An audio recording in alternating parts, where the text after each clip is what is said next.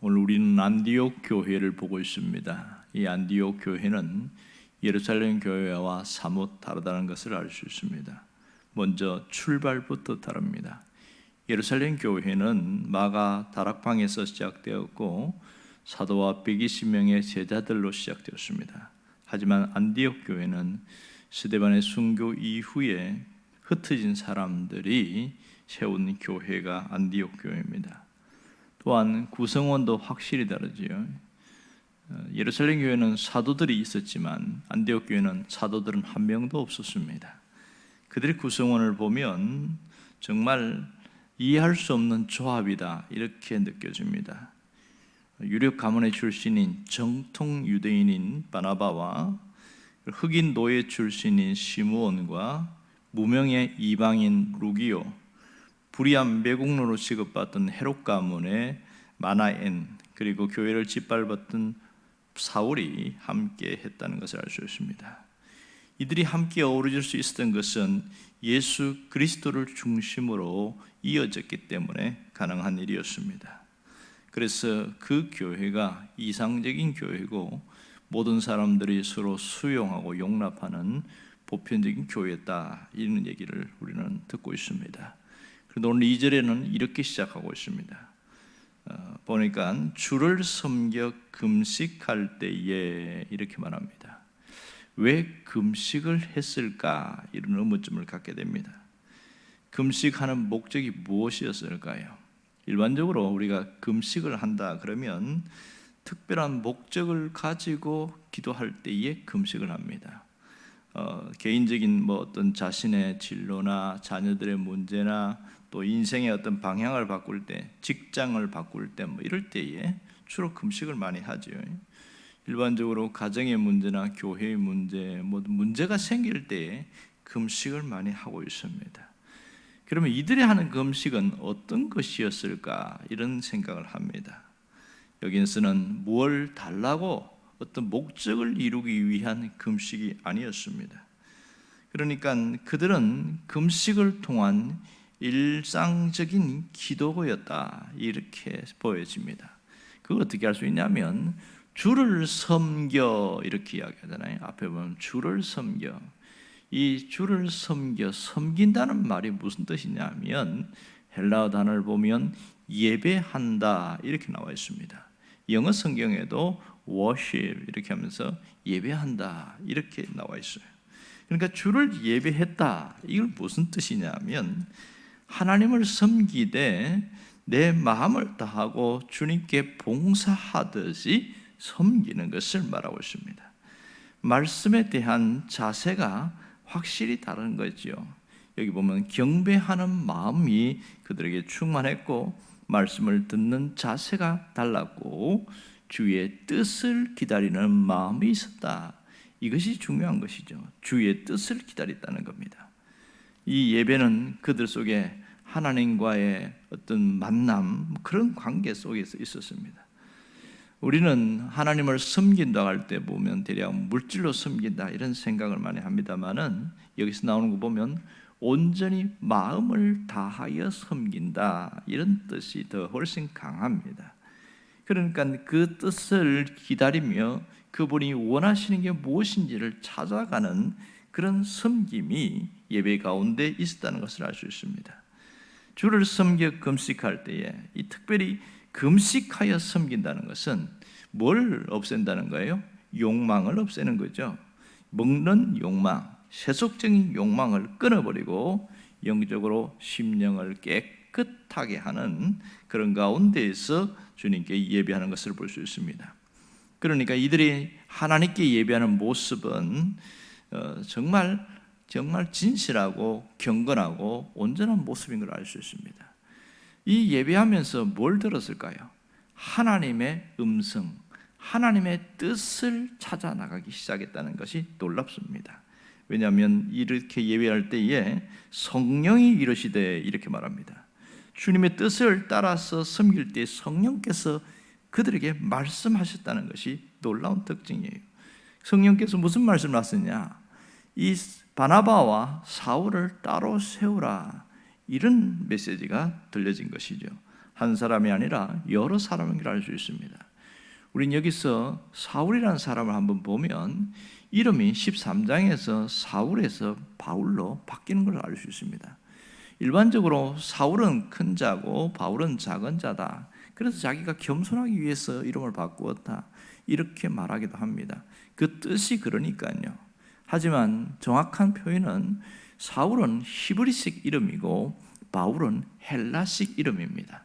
그래서 지금 헬라 사람들, 주변에 있는 소아시아 지역의 사람 모두가 헬라 사람들의 대부분이기에 그들에게 친숙하게 다가가기 위해서 바울이라는 이름으로 바뀌는 것을 알 수가 있습니다. 오늘 여기서 금식하며 기도할 때에 이 점이 대단히 중요한 것이죠. 그들은 주님의 음성을 듣고 주의 뜻이 무엇인지를 따르기 위해서 한 기도, 금식이라는 것을 알 수 있습니다. 오늘 여기서 우리에게 주시는 귀중한 교훈이 있습니다. 하나님께서는 자기 백성들이 하나님의 뜻을 구하기 위하여 기도한다는 것을 너무나 기뻐한다는 겁니다. 특별히 한 마음으로 기도하는 것을 기뻐한다는 뜻을 우리가 알 수 있습니다. 그러니까 우리가 금식을 하든지 금식하는 마음으로 기도하든지 하나님의 뜻을 구하고 같은 마음으로 기도했다는 것이 훨씬 중요한 것이죠. 우리가 언제 어디서나 함께 기도할 수 있습니다만은 같은 마음, 같은 주제, 같은 제목으로 기도하는 것은 너무나 소중한 것이죠. 왜냐하면 그것은 모두 하나님의 뜻을 구하는 기도이기 때문에 그렇습니다. 하나님의 뜻을 구한다는 것은 하나님이 뭘 요구하든지 순종하려는 그런 태도가 있는 겁니다. 예수님도 하나님의 뜻을 구했고 하나님의 뜻을 따라 순종한 것을 우리가 잘 알고 있습니다. 십자가에서 죽기까지 복종하셨다 그런 얘기를 하잖아요. 그러므로 하나님의 뜻을 구하고 그 뜻을 바라며 사는 것은 자기 희생이 포함되어 있다 이렇게 볼 수 있습니다. 이 안디옥 교회가 그랬거든요. 사울과 함께 바나바가 지금 파송을 받잖아요. 선교사로 가게 될 때에 가장 유력했던 담임 목사였던 바나바가 없어지니까 안디옥 교회로서는 상당한 어려움이 있지요. 어떤 교인들과 결별해야 되는 그런 문제가 있습니다. 그럼에도 불구하고 주님의 뜻이기 때문에 두 사람을 선교사로 보냅니다. 나머지 세 사람들이 이 안디옥 교회를 끝까지 잘 섬기면서 문제없이 더 세워나간 것을 우리가 이 교회 역사를 통해서 볼 수 있습니다. 결국은 주의 뜻을 이루는 일에는 자기 희생이 포함되어 있다는 걸 알 수 있습니다. 특별히 하나님의 사랑, 하나님의 생명이 흘러가는 것은 고여있지 않고 그대로 내보낸다 이런 의미가 크게 떠 있습니다. 오늘 하나님의 뜻을 구하고 우리가 살아가기를 원하는데 내 속에 있는 것을 흘려보낼 때에 그 하나님의 뜻이 이루어집니다. 내 속에 있는 가장 소중한 게 뭘까요? 하나님 우리에게 준 가장 소중한 것은 사랑이었습니다. 진정한 사랑은 움켜쥐는 것이 아니라 흘려보내는 것이라고 말할 수 있습니다. 요한 1서 4장에 이런 얘기가 나오고 있어요. 사랑하는 자들아 하나님이 이같이 우리를 사랑하셨은즉 우리도 서로 사랑하는 것이 마땅하도다. 여기서 서로 사랑한다는 것은 사랑을 흘려보내는 것을 말하고 있습니다. 그러니 내 안에 있는 어떤 사랑이 아니라 주님으로 받았던 그 사랑을 밖으로 흘려보내는 거예요. 그 대상은 가장 가까이 있는 사람이겠지요. 그리고 내 가족일 수도 있고 나와 함께 머무는 어떤 사람들이 주변에 있는 사람들, 직장의 동료들 맞습니다. 이런 사람들에게 내 안에 있는 하나님의 사랑을 흘려보내는 것이지 억지로 쥐어짜는 게 아니라는 것을 알아야 됩니다. 여러분 사랑을 흘려보내는 것 그 자체가 하나님의 뜻을 따라 살아간다는 것을 귀하게 생각해야 됩니다. 그러므로 주님도 보면 나를 보내신 이의 뜻을 따라 나도 살았고 그들을 살리는 것이 하나님의 뜻이다. 예수님도 그 얘기를 한 적이 있거든요.